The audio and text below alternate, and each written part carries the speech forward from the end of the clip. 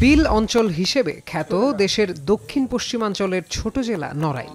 এ জেলার শতকরা ৮২ জন মানুষ কৃষির ওপর নির্ভরশীল। বছরের পর বছর ধরে এ জনপদের হাজারো কৃষক ধান, গম, সরিষা সহ পাটের আবাদ করেন। হাজারো কৃষকের মধ্যে তেমনি একজন প্রান্তিক কৃষক নড়াইল সদর উপজেলার ধুন্দা গ্রামের আব্দুল ওহাব শেখ।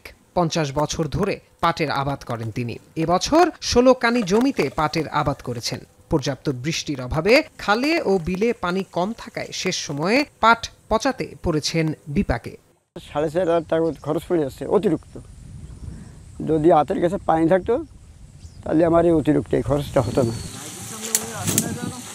ওহাব শেখের মতো হাজারো প্রান্তিক চাষি ব্যস্ত পাট থেকে সোনালী আঁশ প্রস্তুতে।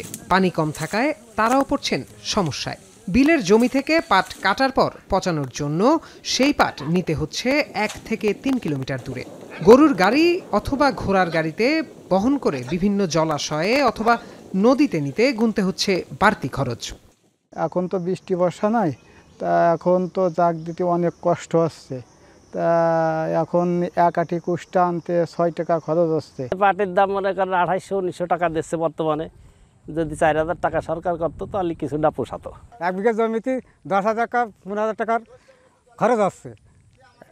এখন সমস্যা আছে বেশি, আমাকে তো কিছু থাকতেছে না। যে খরচ এতে আমাদের পাটের দাম কম পক্ষে ৩৫ থেকে ৪,০০০ দিতে। এবছর মৌসুমের শুরুতে ২৮০০ থেকে ৩,০০০ টাকা দরে পাট কেনা বেচা হলেও বর্তমানে প্রতিমন পাটের দাম কমেছে ৪ থেকে ৫০০ টাকা। আমরা কেনার পরে আমরা যখন বিক্রি করতে যাই যে দামে কিনি তার থেকে ১০০-২০০ টাকা কম না হলে মহাজনরা নেয় না। ব্যবসায়ীরা টাকা পয়সা না পায়, পাটের দাম এখন কম দামে কেনার চেষ্টা করতেছে। বছরে প্রথম যখন কিনেছিলাম তখন ২৮০০ থেকে ৩,০০০ কিনেছি, কিনে বিক্রি করতে পারিনি। এখন ২৩০০ থেকে ২৫০০ কিনতেছি, কিন্তু সেভাবে বিক্রি করতে পারতেছি না।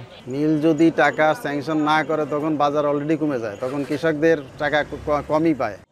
বর্তমানে পাটের দাম কিছুটা কম বলে স্বীকার করলেন স্থানীয় ওই কৃষিবিদ। বললেন, পাটের দাম বৃদ্ধির বিষয়ে সরকারিভাবে পদক্ষেপ নেওয়া হবে।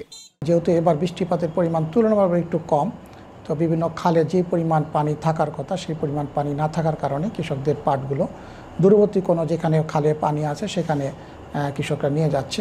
কৃষি বিভাগ এবং পাশাপাশি পাট সম্প্রসারণ অধিদপ্তর যেটা আছে, যে ডিপার্টমেন্ট পাট নিয়ে কাজ করে, তারা কৃষকদেরকে নিয়মিত পরামর্শ দিচ্ছে। জেলায় এবছর পাটের আবাদ হয়েছে ২৩,৪৩০ হেক্টর জমিতে। লক্ষ্যমাত্রার থেকে আবাদ কম হয়েছে ৪৭০ হেক্টর জমিতে। এখন নড়াইল। ২৫০টিরও বেশি ডিজাইন অপশন নিয়ে ওয়ালটন স্মার্ট ফ্রিজ, বোঝে আপনার প্রয়োজন।